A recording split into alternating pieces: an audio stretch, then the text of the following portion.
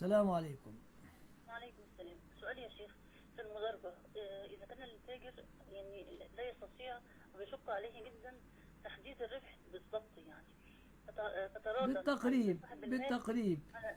بالتقريب يا شيخ يعني هي الأخت اللي بتعمل بتتاجر في المال قالت لي صعب عليها جدا الحساب وبتقول لي مال بالضبط. بالتقريب يا أختي هي والمسامحة. تراضيات، يعني دي في تراضي بين الطرفين، بين صاحب المال وبين يعني التاجر. الأشياء والمبلغ الخفيفة، الأشياء الخفيفة معفون عنها. ربنا يعني قال في كتابه الكريم: م- وأوفوا الكيل والميزان بالقسط. وبعدها قال: لا نكلف نفسا إلا وسعها. قدر الاجتهاد، يعني قدر الاجتهاد أنا أزن. لكن أنت هتجيبه مكبر وميكروسكوب تشوف الكفة أمام الكفة بالضبط، يصعب. لا، هو ربنا قال طبعا كده: تحديد نسبة الربح. والله يعلم المفسد من المصلح. نعم نعم. فالتسامح والتراضي بين المسلمين، الحمد لله الأمور سهلة في الأشياء اليسيرة كما لا يخفى. نعم نعم. سؤال يا أختي، معذرة يعني معذرة، نعم نعم.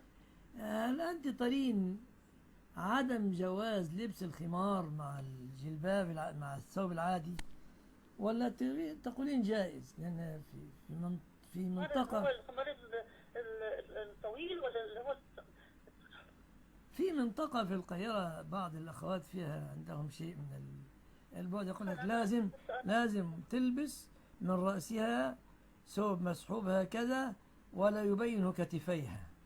هل أنتم نعم. من أهل هذا الرأي؟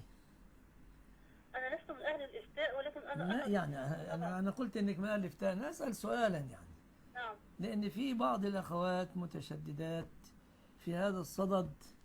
وبلغني أن امرأة رفضت لابنها عروسا لأنها لا تلبس الذي أتى هكذا ونزل بسحبة كمثلث، لأنها تقول لها إن الكتفان ظاهران وعندها تبرج. ما أدري من أين أتوا بهذا الكلام. والحديث عندك. الوارد في هذا الباب ضعيف، حديث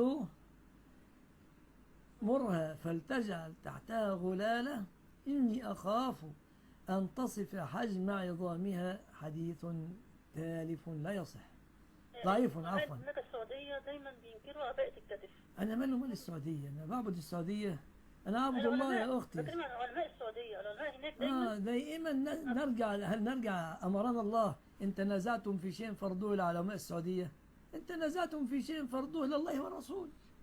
نعم فأنا أحججك بكتاب ربي وسنة نبيه، نحاجج دائما بالكتاب والسنة. ما أمر الله برد الأمر علماء مصر ولا علماء السعودية ولا علماء المغرب العربي، أمر بالرد إلى كتاب الله وسنة رسول الله صلى الله عليه وسلم. نعم. يعني أنا في نفسي أحرص على الستر، وعندك الأخوات أهل الورع يحرصون على المبالغة. طيب وليه تقول أهل الورع ما قولش أهل التشدد؟ وارد يعني. لأن هم واخدين برأي علماء، رأي أصلا طيب ما هو الخوارج ماخذين برأي علماء أيضا، علمائهم.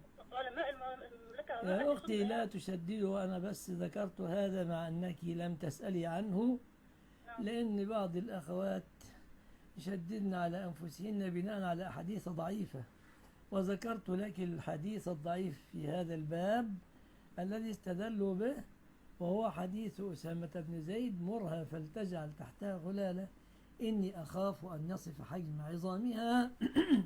وهذا الحديث ضعيف. كل النسوان لها كتف، كل الرجال لهم كتف، خلاص. نعم نعم. كل رجل له كتف وكل امرأة لها كتف. الهواء قد يحرك الثياب، قد تكسر مثلا من صدر المرأة أو كده. الهواء لما بيتحرك مع الإشارب الصغير، الإشارب الصغير ده ممكن الهواء يطيره بسهولة.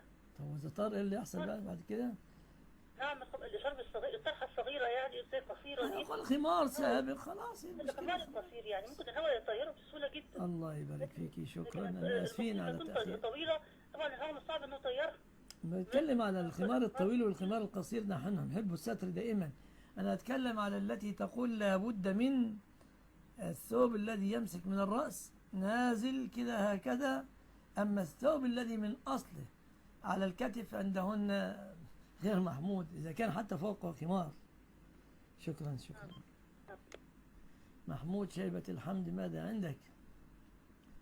ما سؤال محمود شيبة الحمد.